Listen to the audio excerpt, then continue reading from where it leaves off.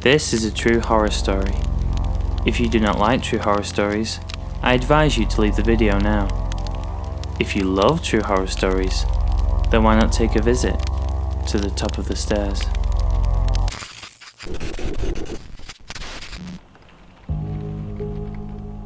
When I was younger, my cousin Stan and I would often stay at our grandmother's house, whilst our parents went off for a night out to a local Italian restaurant. It was a particularly dark Saturday evening, with rain cheerily dancing off the window. Winter was definitely drawing in. We set up the Super Nintendo in the back living room and had around an hour of fun playing Super Mario, taking it in turns and swapping after one of us lost a life, arguing and bickering about how unfair it was when Mario died too quick. Stan always won the arguments. Around 7 PM, we went to go and put our PJs on and get comfortable for some cheesy Saturday night TV game shows, followed by a tediously shoddy hospital drama. We settled down on the sofa with a steaming mug of hot chocolate with a musty scented blanket, feet up, watching gladiators wrestle contestants to the floor with a giant foam bud.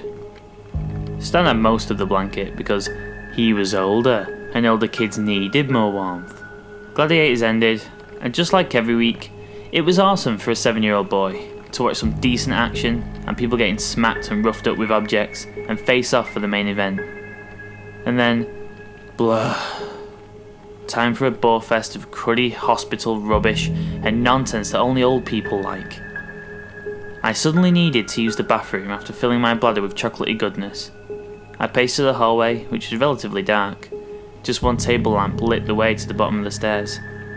As I took my first step, I saw Auntie Roo, our aunt who suffers with mental illness, standing at the top. My face lit up and I said, "Hi Roo, how are you?" All that was returned was a blank stare. I could see it was very dark upstairs. I moved up another couple of steps, and with every step I took, Auntie Roo would retreat a little towards Nana Joe's bedroom without saying a word. She looked ill from a distance. She was very pale. We had heard of Roo having an episode where it makes her very tired and needing to rest. We didn't know what it meant, however. By the time I was on the upstairs landing, Auntie Roo had disappeared into Nana Joe's bedroom, and I thought I'd better not disturb her. Relief. Making my way downstairs, I heard the bedroom door creak open.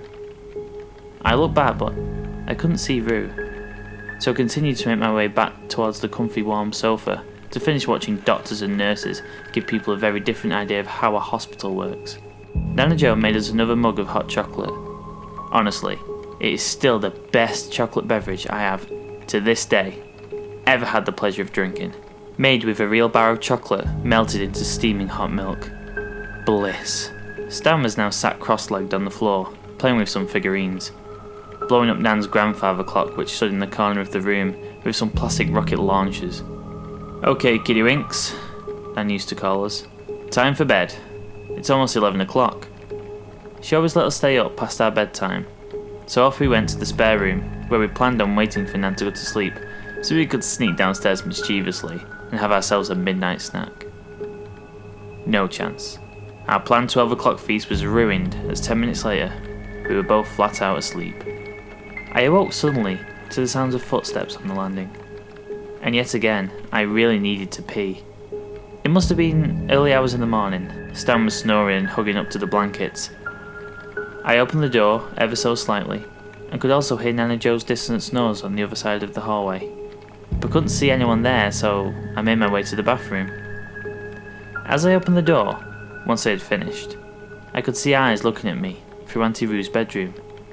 "Sorry, Auntie Roo, do you need to use the toilet?"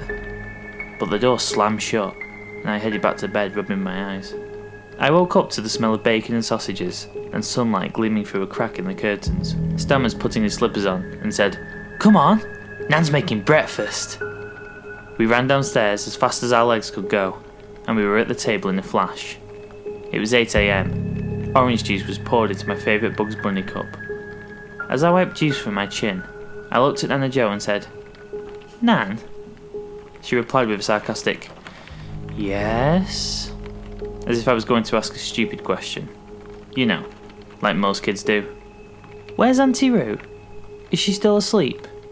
I saw her last night when I woke up for the toilet, and it must have been really, really late because I could hear you snoring.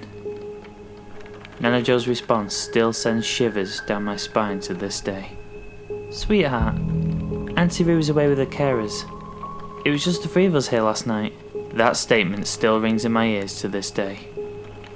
And I can't explain who or what was there that night. All I know is, to this day, whenever I pass stairs, I never look up.